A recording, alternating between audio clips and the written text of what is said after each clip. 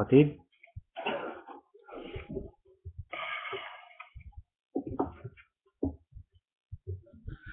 Unang-una,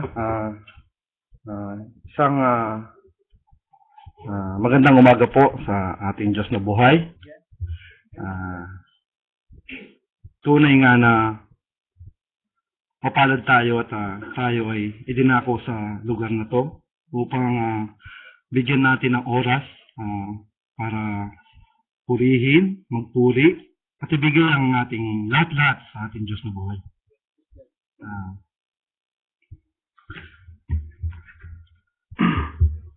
Muli, tayo po lahat ay yumuko para sa maikling panalangin bago tayo mag-umpisa sa exhortation. Ama namin Diyos, muli Ama, pinupuri ka namin, dinadakila ka namin Lord God. Sa araw na to na kami po ay muli dinako nyo kami sa maliit na lugar na to. Upang muli pagsalusaluan namin ang iyong mga banal na salita at nawa ang iyong mga biyaya ay may pamuhay namin habang kami ay nandito at nakatira sa sanlibutan to, Panginoon. Sa oras na to kami po ay nagpapakumbaba. Nawa gamitin nyo, hindi lamang ako Lord God, kami rin pong lahat na mga nandito na nawa ang iyong mga banal na salita ay may pamuhay namin at magamit namin habang kami ay nakikisalamuha sa karumihan ng sanlibutan ito. Nawa, may bahagi ko ang yung mga banal salita sa inyong mga pinili, Lord God, sa dakong Doha. Lord God, wala po kami magagawa kung wala kayo sa aming buhay. At ang bawat letra ng inyong banal na salita ay nawa siyang magbigay buhay sa amin at kalakasan.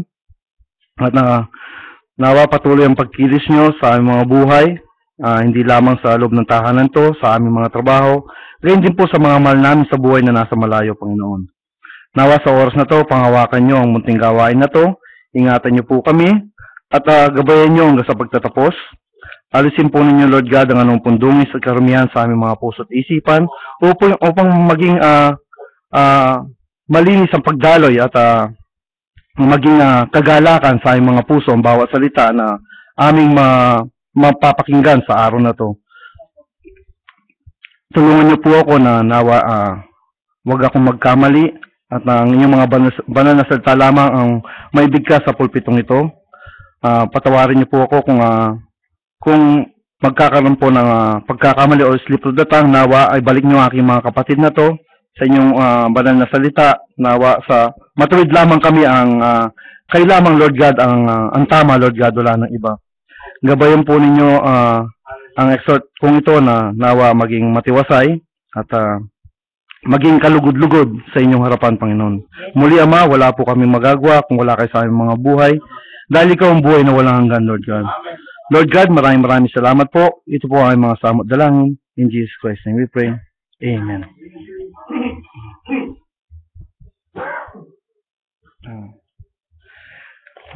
Buksan po natin ang ating mga Biblia sa Colossians 3:24. 3:23-24.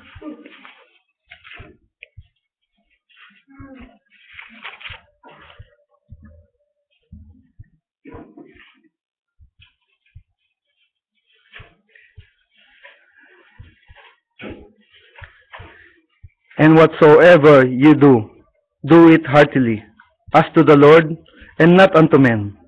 So 24, knowing that of the Lord ye shall receive the reward of the inheritance, for ye serve the Lord Christ. Sa Tagalog, anumang inyong ginagawa, ang inyong gawin ng buong puso na gaya ng sa Panginoon at hindi sa mga tao. Yamang ang inyong nalalaman na sa Panginoon ay tatanggapin ninyo ang ganting mana sapagkat naglilingkod kayo sa Panginoong Jesucristo. Pwede na po tayong po mga kapatid.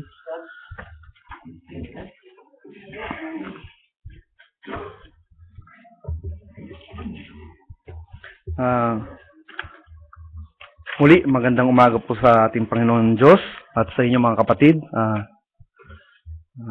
Bagamat ilang beses na rin akong napatayo dito sa pulpito, hindi pa rin talaga mawawala yung bagkus pinipilit mo ang iyong sarili na huwag kang kabahan, huwag kang manlambot. Pag talagang malapit na kahit gaano ka kalakas, gaano kasi. Ang nakakatakot mo kasi dito yung makabigkas ka ng hindi tama o yung magkamali ka. Yun po ang iniiwasan namin kung ikaw tatayo dito sa pulpito. Even though na ilang beses na nakatayo, pero ganun pa rin, parang palaging first time mo palagi dito. Hindi po kasi ganun kadali na ang mga banal na salita ng Diyos ay ganun lang kadali na ibigkas. Tayong lahat ay nag-iingat na ng bawat isa hindi magkamali o maging kalugod-lugod tayo palagi sa pandinig ng Diyos at sa kanyang paningin. Hanggat maaari, pinipilit natin na tayo ay perpekto dahil ito ay requirements, isa sa mga requirements ng ating Panginoon. Sabi nga dito sa Colossians, sabi niya, kung ano man ang iyong ginagawa, gawin mo yung heartily, yung buong puso na may laman, may kahulugan. Kasi hindi lamang ito ginagawa natin sa ating mga sarili, ginagawa rin natin to para sa ating Diyos na buhay. Hindi, kasi ang buhay dito sa sanlibutan, hindi na ito ang tinitignan natin kung anong masisib natin dito eh. Ang nakatingin tayo ngayon kung doon sa buhay na walang hanggan na binigay ng Diyos. So kung mapapansin nyo, dito sa mundong to, habang papalapit na, alam natin lahat na papalapit na, ang pagbabalik ng bugtong na anak ng ating Panginoon, mas lalong paggrabe o yung mga tao hindi na sila ganun, parang as is na lang, parang lang lumipas lang yung panahon, parang everyday parang nagiging routine na lang, nagiging parang ganun. Ewan ko lang po kung ganun napapansin nyo, pero minsan naisip ko rin parang tatayo ka pag umaga, maliligo ka, papasok ka, tapos maya tapos na yung oras, uwi ka, matutulog ka, parang mga ganun. Siguro sa mga normal na tao, ganun na yung parang napapansin kong nangyayari. Sa atin siguro, sa atin mayroong yung sa puso natin, mayroong mahalaga palagi sa isang araw. Kundi yun yung palagi natin naalala ang Diyos, na hindi nawawala sa atin na kahit sinasabi minsan sa atin sa pulpiton to na hanggat maaari, manguna palagi ang Diyos. Kahit sa paggalaw mo, paggising mo pa lang, pagpasok mo sa banyo, palaging Diyos ang nasa puso mo, nasa isip mo. Pero sa normal tao, hindi na ganun. Ang aking napapansin, para bang, kasi na-experience natin to sa araw-araw na paglabas natin sa tahanan to. So parang ang gawa ng tao, parang normal na lang, parang robot na lang na ganun ang napapansin ko. Hindi ko naman nila lahat at iniiba ko rin yung sa atin dahil tayo ay may takot sa Diyos, may lahat ng gawa natin, naalay natin to sa Diyos. Yun lang po nakita kong kaibahan na nangyayari sa ang aking observation sa sabi nga, many people will do as little as they can to get by. Ibig sabihin nga po, yung kanina na naisabi ko na para lang naging routine na, para lang lumipas ang isang araw. Halos they don't take the pride in their work and pride in who they are. If somebody is watching, they perform one way. But when nobody is watching, they cut corners. Ang ibig po sabihin nun pag nandyan yung amo, parang yung talagang regular na work ang ginagawa nila. Pagkatalikod ng kanilang boss, wala na, upo na. Nung first time ko po dito, una kong napansin po yun, lalo na sa construction. Kasi nung pumunta ako dito, wala po akong trabaho. Paglalabas sa kalsada, nakita ko yung mga, alam nyo po dito, palaging maraming construction yung sa daan. Ang gawain po nila, kung 5 sila sa isang nagpupulong-pulong, sa isang naghuhukay, yung isa, pinupukpok yung hinuhukay, yung 4, nagkukwentuhan. Kagroup, magkakaikot sila. Isa lang gumagalaw. Hanggang sa lumipas yung oras, parang ganun lang. Hindi lamang po ako minsan nagkukwento kami ng isang kapatid na nadadaanan namin. Kasi sa araw-araw, doon kami dumadaan, nakikita namin yung improvement o yung progress ng trabahong ginagawa nila. So parang kukunti hanggang sa dumating na yung bako, hindi na tawag nilang mechanical na yung gagawa. So bibilis yung trabaho. Natatawa minsan Kayatang ganun na yung naging kalakaran ng paano ang trabaho dito. Halos sila, hindi na nila tinitake pride o yung parang hindi naman yung mahalin yung trabaho, kundi yung bigyan mo ng ipakita mo yung excellent mo.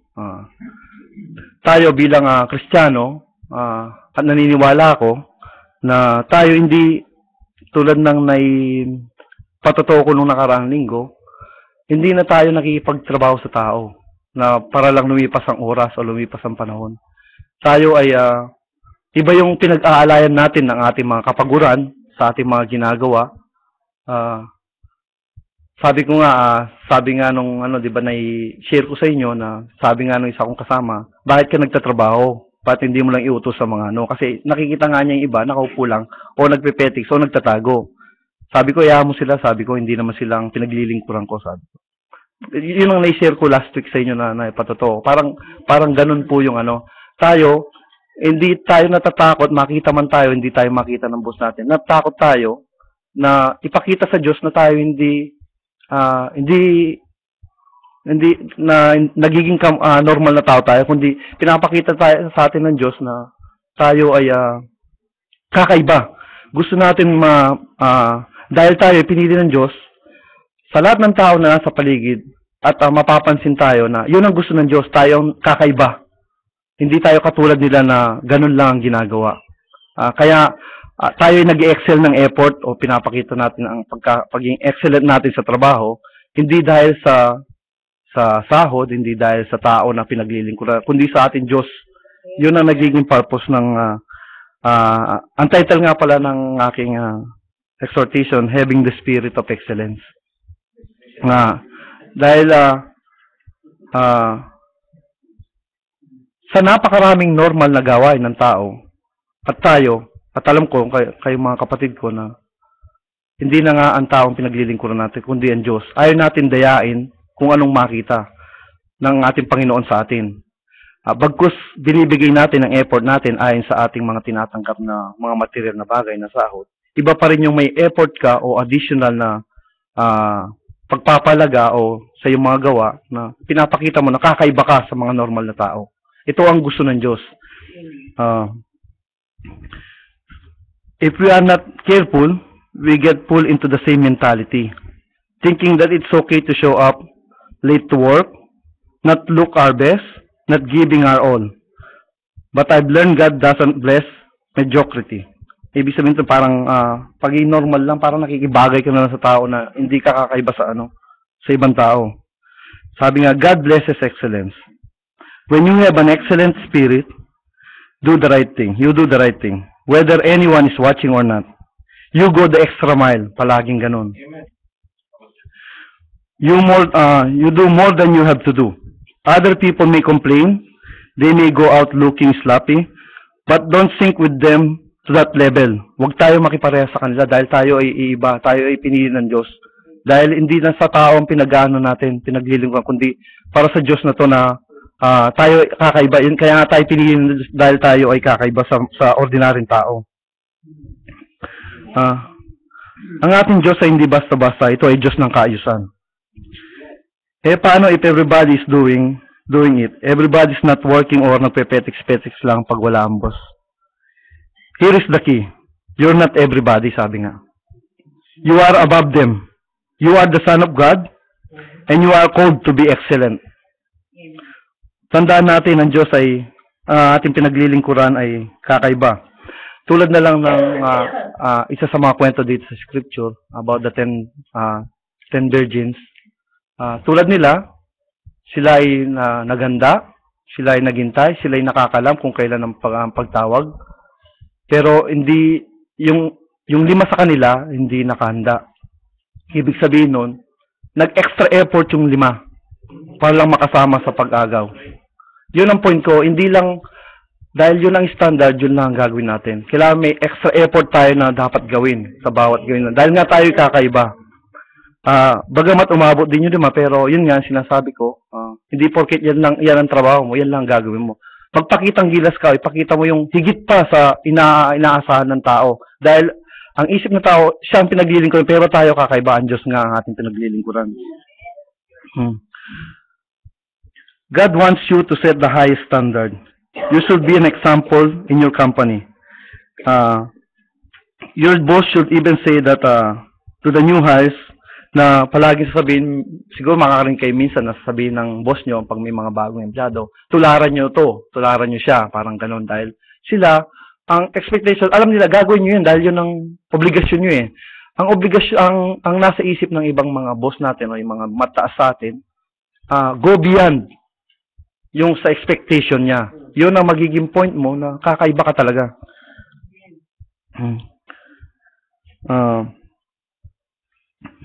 Even though kung minsan hindi natin iniisip na ito magiging daan para sa mga promotion o mga increase ng sahod,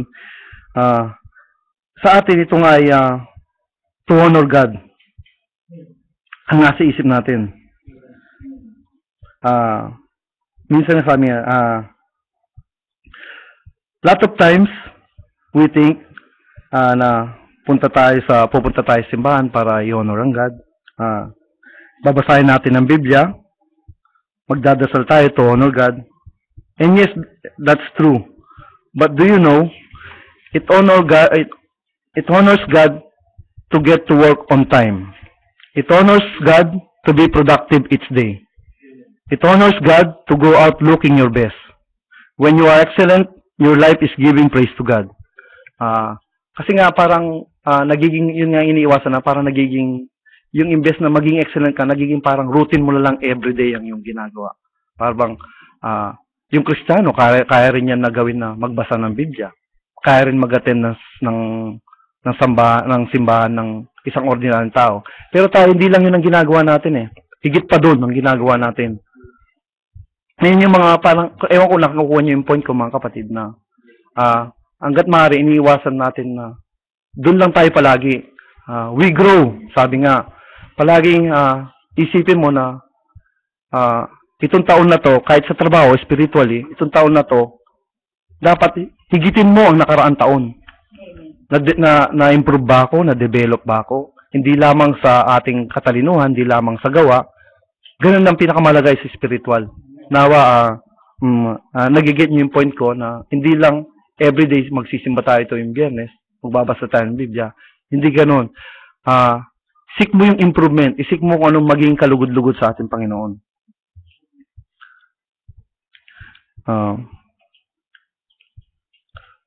That's one of the best witnesses we could ever had. Because some people would never go to church. They never listen to ministers. They are not reading the Bible. They're reading your life. Sabi nga kanina ng isang kapatid natin nagpatotoo na ang ating buhay o araw-araw dahil tayo pinili ng Diyos, kung paano tayo gumalaw, kung paano tayo magsalita, ito ay nagiging parang witness sa ibang tao na magiging kakaiba tayo. Kung isang anak ng Diyos ay makitang parang normal lang, nakikisalamuha sa normal na tao, palagay nyo ba mapapansin ka na ikaw ay kakaiba, ikaw ay Kristiyano? Yun ang point ko. Halimbawa na lang na sa trabaho nga, sabi ko, pag ginawa mo yung exceed dun sa ginagawa mo, mapapansin kayo, magtatanong sila. Either mapupoint dun sa dahil mabait ka o nagdadasal ka bago kumain o anytime, inulwati mo, pinapraise mo ang Panginoon. Sigurado may ibang tao na makakapansin sa tatanungin, Kristiyano ka ba? So yung word na yung Kristiyano ka ba, di ba, nakagalak dahil may ginawa kang mabuti na higit pa dun sa hindi nila inaasahan o hindi nila expected. Sabi, they are watching how you live. Now don't be sloppy. When you leave the house, whether you are wearing a suit or a pair of shorts, make sure you look the best that you possibly can. You are representing Almighty God. Pag ikaw ay may spirit ng excellence, ginagawa mo masigit pa sa inaasahan. Sabi nga dito sa Matthew 5:41, and whosoever shall compel thee to go a mile, go with him twain.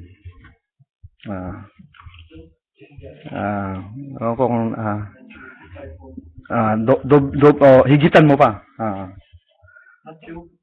Matthew 5:41. At sa sino mang pipilit sa iyo na ikaw ay lumakad ng 1 milya, ay lumakad ka ng 2 milya na kasama niya.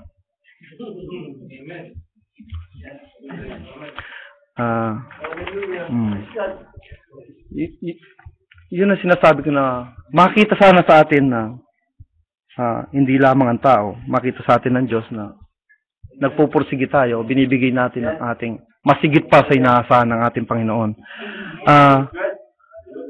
Sabi sa nung unang panahon daw ang Roman soldier, pag sila ay magta-travel, nagdadala sila ng isang tao. Ito ay dahilo daw na magdadala sila ng isang tao para i-carry ang mga armor nila 1 mile. Kaya nasabi ng Panginoon natin na go to yung another mile. Kasi yung Roman na tuwing ang soldier na ang mga Roman soldier babay, may isa silang makukuha ng isang tao para mag-work sa mga armor nila. At pagkatapos ng mile, after that mile, they will have to find somebody else. Jesus said, if they ask you to carry for a mile, go beyond the call of duty. Go beyond that order. Do more that is expected. That's the attitude we should have. Hindi yung papasok tayo sa trabaho, gagawin lang natin ng kokonti para matapos ang oras o araw-araw. Ganun lang para may masabing may trabaho ka sa araw-araw na kalipas o sa mga kaibigan mo, may nagtanong sa'yo. Kailangan na maging attitude natin ay ang dahil anak tayo ng Diyos or anak ako ng Diyos, gagawin ko ang higit pa sa inaasahan sa akin. Para bang kung papasok ka ng 8, maaga ka ng konti, 10 minutes before, nandun ka na, or mas maaga pa, or hindi ko sinasabi maging mahirap talaga, lalo na ngayon dito sa sitwasyon dito sa Doha, kahit anong adjustment ang gawin mo since ginagawa lahat ng construction, ini-encourage ko lang kayo mga kapatid na may pakita na wala silang masilip sa atin na hindi tama ang ating ginagawa. Dahil nga, kasi minsan, hindi ko lang alam kung na-experience ng tinatanong, ano ka ba? Katoliko, Kristiyano? Tinatanong minsan naman ngayon Pag sinabi mo kasing Kristiyano, dala-dala mo yung pangalan ng ating Panginoong Jesucristo. Yun yung iniingatan natin. Kaya, hanggat maaari, sabi ko nga kanina, paglabas pa lang natin ng bahay, dala-dala mo na kung sino ka. Kung sino ang Panginoon na dala mo, kung anong pangalan niya. Siya yung palagi. Kaya, kung sino magtatanong sa'yo, sabihin mo sigurado, Kristiyano ka, anak ka ng Diyos. Tapos, malalaman nila, ganito pala yung ginagawa mo. Sinong nasisira? Hindi ikaw, kundi yung dala-dala mong pangalan ng ating Panginoong Jesucristo.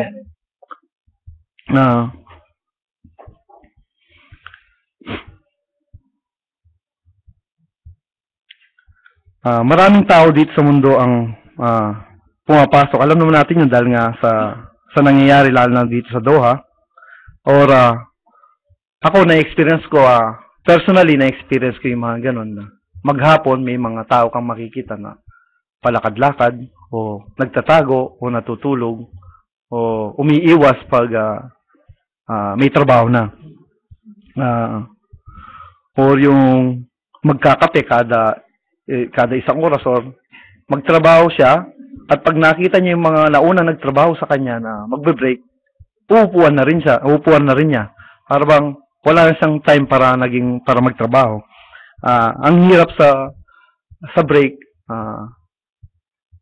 okay lang mag-break basta alam naman natin na ang klima dito ay kakaiba, hindi siya ordinary.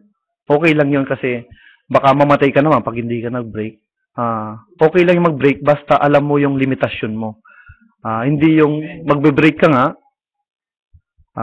naikwento mo na yung buong nangyari sa buhay mo bago ka tumayo uli, o nakadalawang kape ka na, at sabihin mo, pag tinanong ka, nagbe-break pa ako. Para bang ikaw pang malakas ng loob na magsabi, nagbe-break pa ako, samantalang, kaya nandyan yung mga boss natin, kaya nandyan yung mga supervisor, kaya hindi sila nakikita nagtatrabaho minsan, sila ay nandyan para pagmasdan kayo. At para pagdating ng araw, pagdating ng oras ng evaluation, mayroon silang may susulat sa inyo. Yan ang trabaho nila. Hindi yung kasama, huwag niyong asahan na minsan kasama nyo sa trabaho. Dahil ang role nilang mga yan ay para i-evaluate kayo kung anong ginagawa nyo. Tuloy nga sinabi kanina, sabi niya, nagbe-break pa ako. Kung isang oras isang nagbe-break, hindi na break yun, lunch na yun, or ano na. Pag ganong usapan na. Tapos, marinig mo pa pagdating ng evaluation o yung increasean na, ba't hindi ako na-promote? Siguro kung na-imagine ko kung minsan kasi sa TV, minsan may mga palabas na pinapakita kung paano mag-judge ang Panginoon pagdating ng araw. Ipapakita niya sa iyo anong lahat ng ginawa mo. Siguro kung meron lang ganun na technology na may papakita mo sa tao na palaging nagko-complain, naghihintay ng promotion, siguro wala nang lakas na loob ang tao para magmalaki. Para ipakita mo, tignan mo ginawa mo itong taon na to para siya na mismo magsabi kung may promotion siya o hindi. Siguro mas magiging madali para sa tao. Nawa maimbento mga kapatid. Ang pati lahat ng mga pagkakamali ng tao ay makita niya sa kanyang sariling buhay. Pero mapalad tayo, may Diyos tayo na palaging nagpapaalala sa atin kung anong dapat at hindi. Palaging tayo ay takot sa Diyos na mandaya. Na lahat ng tinatanggap natin na buwat sa ating mga kumpanya o ating mga ginagamit sa ating araw-araw na pamumuhay ay hindi galing sa daya. Ito ay dahil may takot tayo sa Diyos. Tulad natin, minsan nababanggit natin sa ating pastor na tuwing nababanggit ng ating pastor nga. Alam ko, natatandaan ko na ikwento niya na yun yung tungkol sa evaluation ng mga airman niya. Sabi nga, mga binibigyan ng very good at good remarks, ang inaasahan sigurado ng mga to, no promotion for the whole year. Naikwento niya sa atin to Subalit, ang mga remarks na binibigyan niya ng mga excellent, ito ay subject for promotion. Parang ganun din ang ating buhay ngayon. If we exceed, sabi nga, ang nararapat sa atin, hindi man sa buhay dito, gayon din ang importante sa spiritual, if we exceed ang inaasahan sa atin ng Diyos, palagay nyo ba, hindi kayo gagantipalaan ng ating Panginoon? Ano man ang hilingin nyo, sabi, if we exceed, hindi lamang sa malinis ang iyong hangarin o malinis ang iyong puso, ganun din sa gawa na ginagawa mo para sa Kanya. Palagay nyo, ganun ba karamot ang Diyos para hindi niya ibigay ang bawat hiling mo kung higit pa doon sa hinihingi niya ang ginagawa mo? Hindi lamang dito sa libutan ang pinag-uusapan, spiritually. One time, isa rin dito sa scripture na nadaanan ko, yung kay sa Genesis 24, yung kay Abraham, na kung saan ay matanda na si Abraham, at tinawag niya ang kanyang parang pinaka master servant, at inutusan niya na para hanapan ng asawa ang kanyang anak na si Isaac. Ito ay inutusan niya at ipinagdasal niya bago pumunta sa route na kung saan nanggaling si Abraham. At binigyan siya ng rule na hindi hanapan ni Abraham ang kanyang anak na asawa sa kinatatayuan niyang lugar ngayon. Bagkus gusto niya kung saan ang route niya, kung saan siya nanggaling. At ang panalangin niya ay na kukuha siya ng mapapangasawang kanyang anak na at sasama niya sa kanilang lugar. Bagkus sinabi ng kanyang servant na hindi ba pwedeng isama ko si Isaac at sila ang pupunta doon para maghanap ng asawa. Hindi natupad yun. Bagkus sinabi nga ni Abraham na kung sino o sasama ay matutupad yun na yun ang mapapangasawa ng kanyang anak. So, naglakbay ang kanyang servant para maghanap ng mapapangasawa ni Isaac. At habang sa lugar na yun, hindi ko na masyadong may detalye, basahin nyo na sa Genesis 24, sabi na, tuwing magtatakip silim yata ang natanda ko, doon ay oras na parang mag-iigib doon sa balon. Ang tinutukoy ko dito ay si Rebecca. Nanalangin din ng kanyang servant na kung sino man ang magbibigay sa kanya ng mainom at ang kanyang 10 kamelyo. Ay yun ang parang sign na hinihingi niya na itong naibibigay para sa... Pero hindi nagtatapos doon mga kapatid. May karugtong yun na sasama pa papunta sa kanya. Pero hindi po doon yung yung point ko. Ang point ko po yung sa kung sino magpapainom at magpapainom sa kanya mga kamelyo. Alam niyo ba mga kapatid na hindi ko alam kung totoo yung na-search ko. Ang kamelyo pag naglakbay, hindi lamang 1 litrong tubig ang kaya niyang inumin pag nauhaw. Ang alam kong kaya niya ay 30 gallons of water ang kaya niyang inumin. Imagine niyo po kung paano niyo pa inumin ang isang kamelyo.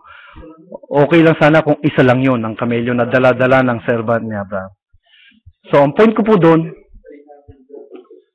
kung ginawa ni Rebecca na ang tao lang ang painumin niya at hindi niya ginawa ang higit pa sa nararapat niyang gawin, palagay niyo ba mapipili siya ng Panginoon para mapangasawa ng anak niya? Yun po yung sinasabi kong na extra mile, higit pa sa nararapat minsan ang dapat natin gawin. Biro niyo 300 times siyang mag-ihigib para lang sa kamelyo. Balon pa yon, hindi gripo o hindi Tingnan niyo ang pagsisikap o paghihirap na gagawin mo para lang mapalugod o malugod sa iyo ang ating Panginoon Diyos. So, palagi ina-encourage kayo mga kapatid na go beyond palagi. Hindi lang kung anong responsibilidad mo dahil hindi ang Diyos ang ating pinaglilingkuran. Dahil hindi ang mga tao ang ating pinaglilingkuran, kundi ang Diyos. May pakita natin na masigit pa tayo doon sa normal na tao dahil tayo ay pinili ng Diyos. God rewards excellence. When you do more than what you required of you, you will see God's goodness in a new way. Pwede natin sabihin, ipagdadasal ko palagi na sana dumating ang magandang buhay sa akin.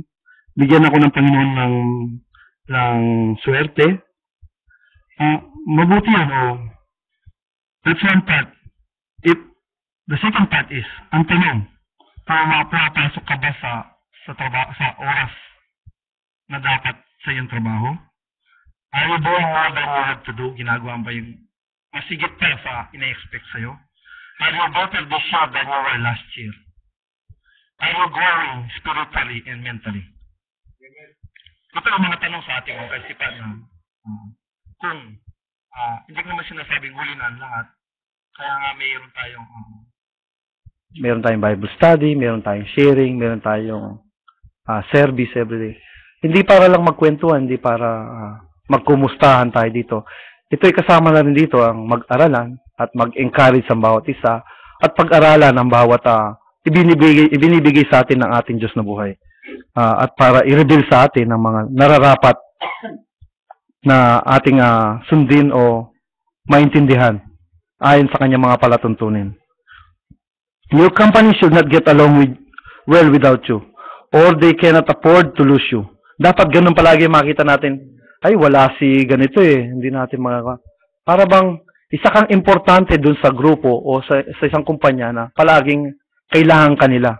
Kailangan may ipakita natin na ganun. Na palagi ang pinanghihinayangan kung ikaw ay alis, kung ikaw ay mawawala. O namimiss ka ng iba, isa ko pang point dito, hindi lang sa trabaho, mga kapatid, pati yung paano ka makisalamuha sa tao. Sabi nga ng ating pastor minsan, ako'y galak na galak minsan pag narinig ko yung sinasabi niya na, isumbong mo sa iyong Diyos. Doon pa lang parang iba talagang Diyos namin, iba talagang Diyos natin.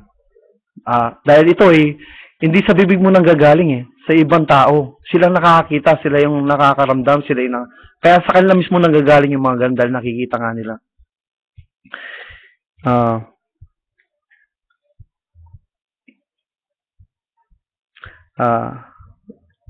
Naisulat ko rin dito na pag hindi ka na hinahanap ng yung kumpanya or okay lang na wala ka, ibig sabihin, kabahan ka.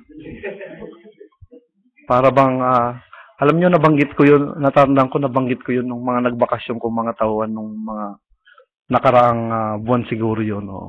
Hinahanap kasi yung isa, dahil kaibigan nung isa, sumagot naman yung isa namin kasama, sabi,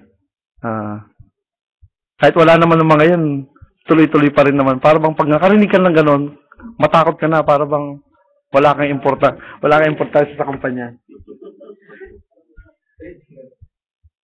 Ang mahirap doon, boss mo sa bibig mismo ng boss mo manggaling yung ganon. Okay lang sa kapwa mo trabador Ang mahirap pag sa boss mo na nanggaling yung mga ganong bagay.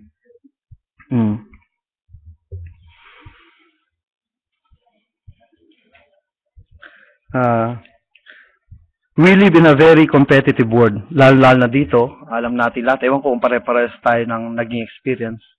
Ang mga ibang lahi dito, hindi mga pana, ano yan, aggressive, maboka. Hindi ko naman nila lahat, pero sa na-experience ko sa amin, sip-sip, mga ganon, kaya nilang manira ng isang tao para lang tumaas sila. Ganon na experience ko, nakikita ko sa ang naging ugali nila. Kaya, sinasabi kong competitive dahil nga dun sa experience ko sa trabaho na ganon nga. Hindi lang sila basta-basta, bagkus hindi mo sila maasahan sa gawa, yung bibig nila magaling. Mabuka sila pagdating sa mga ganyang mga bagay. Lalo na yung magpa-impress, magpaano sa mga mata sa atin. Pero kung sa'yo, hindi man sa salita, hindi rin sa gawa, na kaya mo silang lamangan, kung paano ka maging, hindi naman aggressive ang sinasabi doon, maging excellent or exceed, yun nga yung sinasabi kanina, i-exceed mo yung nararapat sa'yo. Doon, hindi lang sa gawa at saka hindi lang sa salita mo sila madadaig. Hayaan mo, sabi nga, hindi natutulugan Diyos, sabi. May Diyos na nakakita kung anong ginagawa mo araw. Kung hindi man ngayon taon na to na may bibigay sa'yo ng boss mo ang hinihiling mo, or hindi mo napansin, may Diyos na nakakita sa atin.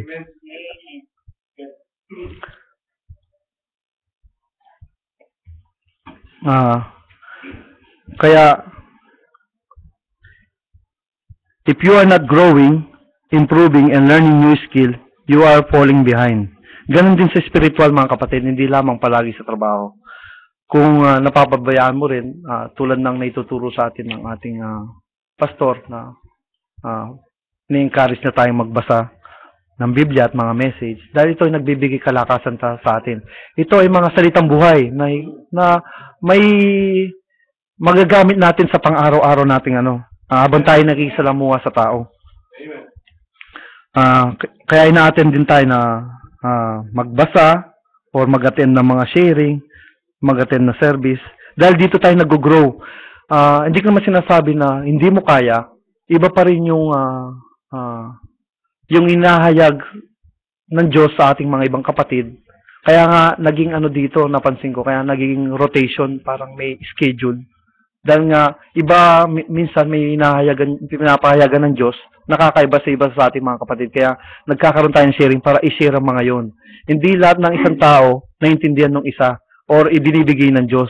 Kaya nagkakaroon tayo ng sharing ng rotation ng dito ng pagtayo sa bagamat nung unang-unang dumating ako, halos patayin nyo na ako, hindi nyo ako mapapatayo dito. Yun ang ko. Sa pagtayo dito, hindi po biro, hindi rin po ako sanay. Nung una akong tumayo dito, naikwento ko rin po sa inyo na hindi po talaga ako sanay magsalita sa maraming tao. At nanginginig po ang mga tuhod ko. Our attitude should be, there's always room for improvement to get better. We should have a mentality of being the best as it could possibly be. Dapat sabihin natin, ayaw kong maging kaparehas nung dati o nung nakaraan. Palaging bago, palaging nag-improve.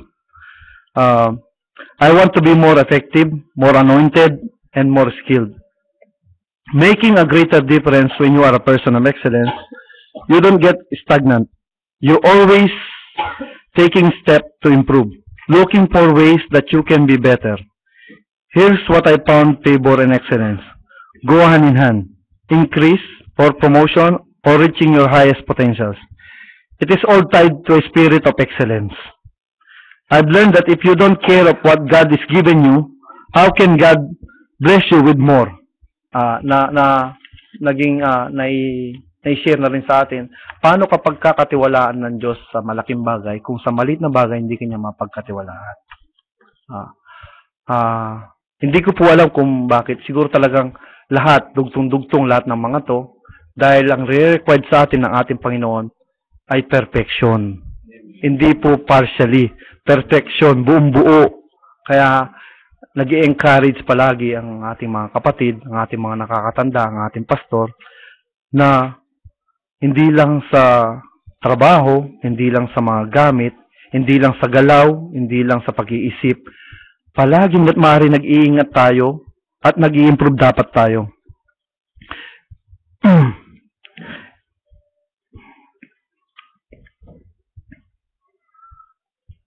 Ah, tandaan natin na ang mga bagay na ito ay, o material na ito, bago man to o luma, we take pride in what God has given you. Natatandaan nyo ba na minsan ay nabanggit nga ng ating kapatid na pagpulot na minsan may nakikita tayong tissue dito sa church. Hindi porket engineer ka, hindi porket malaking sahod mo or nakabihis ka, nahiya kang pulutin mo yung mga ganun bagay. Hindi naman dito sa church mga kapatid, kahit sa labas.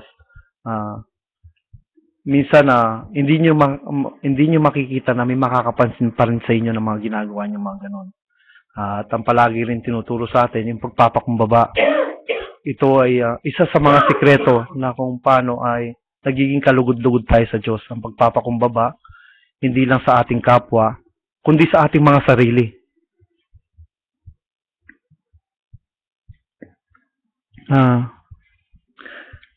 Yung mga tissue minsan nagkalat nga, minsan pinupulot.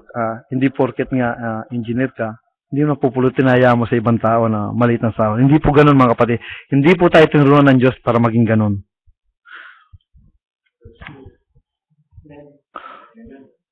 Palagi nating isipin na, mga kapatid, na we represent God and God is not sloppy.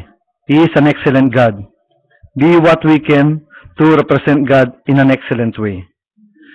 Natatandaan ko noon na sa tagal kong nagtrabaho sa USJ, ito ay napansin ko lamang po.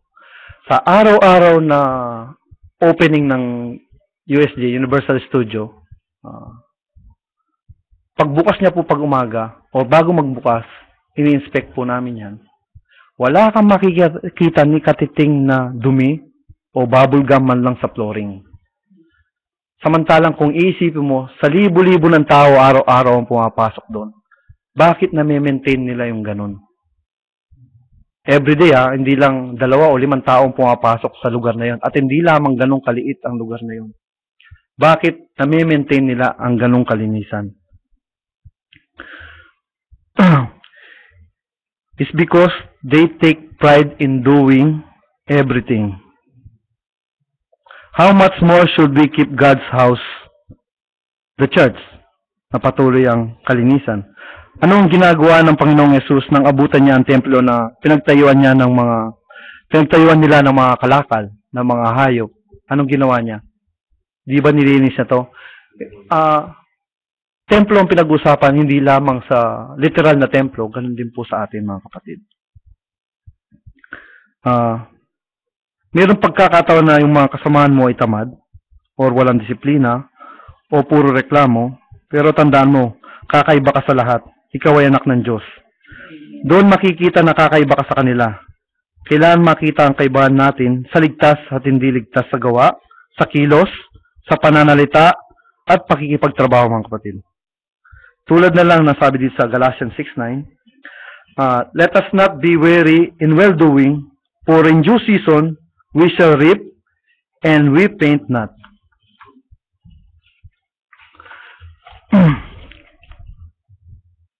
Kung takot kang mahirapan, you cannot be excellent. Para bang ito yung sa reverse na kung tamad ka o takot kang gawin yung mga bagay na higit pa sa'yo, hindi mo maabot yung pagiging excellent.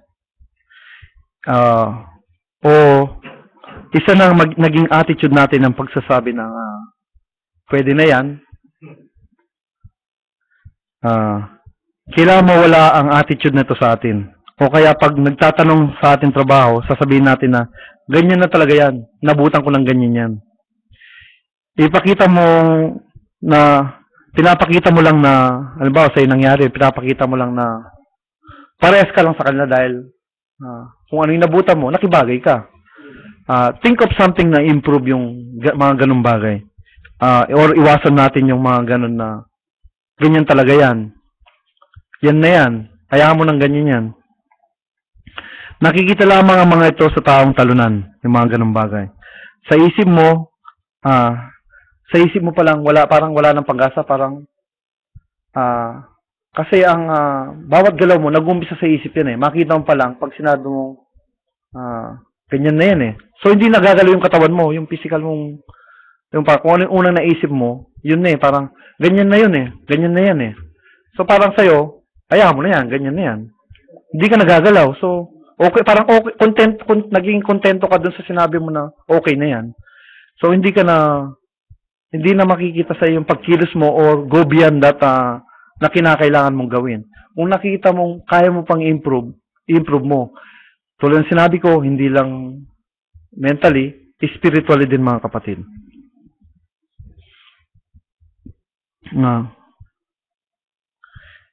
Hindi dapat pagsawaan ng paggawa ng tama, ng mabuti, ng maganda, spiritually, materially, and socially. Pag ginawa mo ang lahat ng ito, imposible na hindi ka mapapansin ng mga taong nasa paligid mo. Just like advertising the Word of God. Dito na tayo. Sabi nga, tayo isang buhay na patotoong naglalakad sa libutan to. Kung anong ginagawa mo, kung anong sinasalita mo, daladala mo ang mga salita ng Diyos, daladala mo ang pangalan ng Diyos, ito yung iniingatan natin. Kaya ini-encourage ko kayo palagi na go beyond that excellent, na maging excellent tayo, masigit sa mga taong normal na nandito sa libutan to. Para makita sa atin na tayo kakaiba. Hindi kakaiba sa pagda-down, kakaiba sa pagtaas. Hindi kakaiba sa pakasabihin na, yun, tamad, yun ka. Kung nagbagan tayo masipag, ikaw tamad, kakaiba ka nga dahil tamad ka. Hindi ganun point mga kaibigan. Ang point ko mas higit ka doon sa standard na pinapakita ng ibang tao. Higitan natin sila. If you want to be excellent, get out of poverty. Hindi natin kasalanan kung tayo pinanganak na mahirap. Pero sa hinahaba-haba ng ating buhay dito sa mundong to, 40 years, 50 years, 60 years kang nagtatrabaho, nagsisikap, at namatay ka pa rin mahirap, may kasalanan kaya tayo doon. There's something wrong mga kapatid. Yun ang point ko. Siguro nabasa mo, hindi mo ginanap. Palagi tayong na-encourage ng ating mga nakatatandang mga kapatid na management, alam natin yung wants and needs. Alam natin yung limitasyon natin. Hindi ko lang sinasabi na sa mga material na bagay, gayon din sa ating spiritual. Ang mga kailangan natin gawin na tama na isang beses na buksan mo yung Biblia or para lang masabi mo na nakabasa na ako. Hindi po ganoon mga kapatid. Nawa wala dito sa ating mga kapatiran na ganung klaseng ugali. Sabi nga, search more, improve more.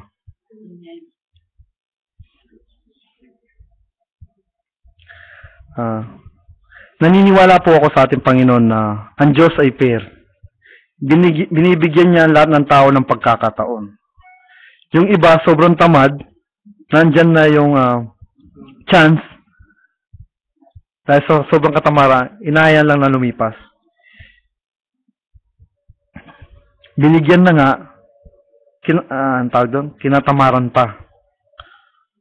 At nagsinungaling pa, gumawa pa ng mali. O anong nangyari?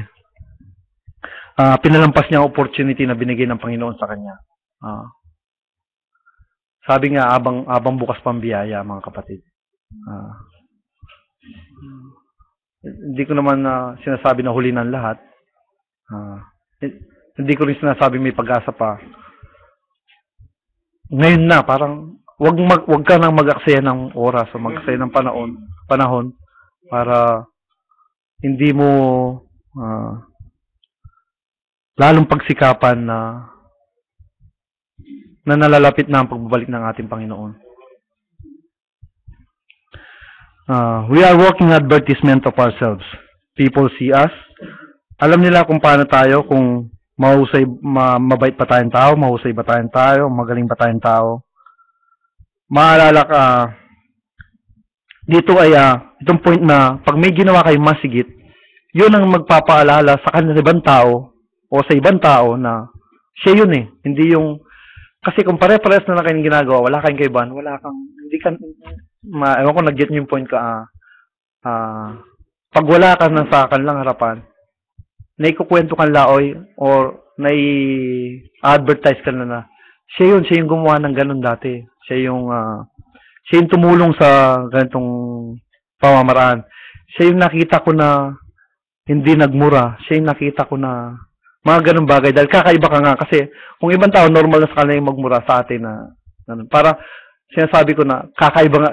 Pinopoint ko sa inyo na kakaiba tayo. Hindi tayo ganun tulad ng mga ordinaryong tao.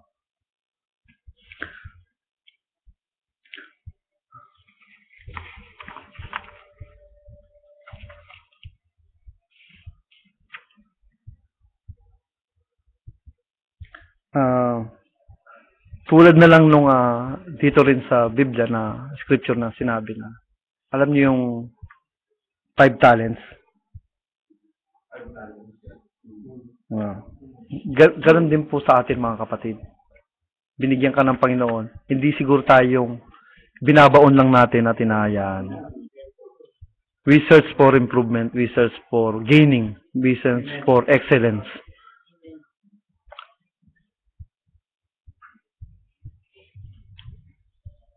Isa na nga lang ang binigay sa kanya, hinayaan pa niya na gano'n na lang, parang stagnant. Yun ang sinasabi ko na yung stagnant. Walang improvement, walang pagbabago. Kaya nung dumating yung accounting, hinukay sa lupa at binalikan kaisa-isa sa kanya. At sinabi ng master, "You wicked, lazy servant. So you knew that I have harvested where I have sown and gathered, where I have gathered thee. Well then, you should have put money on my deposit. So when I return, I will receive it back with interest." Ang Diyos ay, ang ating Diyos ay, ayaw niyang makita na kung ano sinabi niya, yun na lang na, kasi nga, ang ating Panginoon ay isang mataas na standard. Kailangan ma-meet natin yun.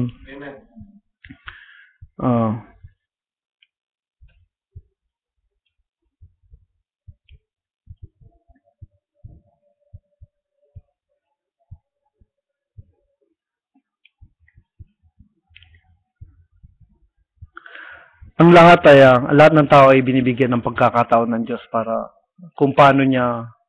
Hindi ko lang alam kung bakit hindi nakikita ng tao mga pagkakataon na yon, or nalalampasan na lang nila. Lahat binibigyan ng pagkakataon ng ibang tao, ng malaki man o maliit. Depende sa kapasidad mo. Kasi hindi bibigay sa'yo ng Diyos yan kung hindi mo kaya. Pero pag ito ay na-develop mo, na-progress mo, palagay nyo ba hindi matutuwa ang Diyos sa atin?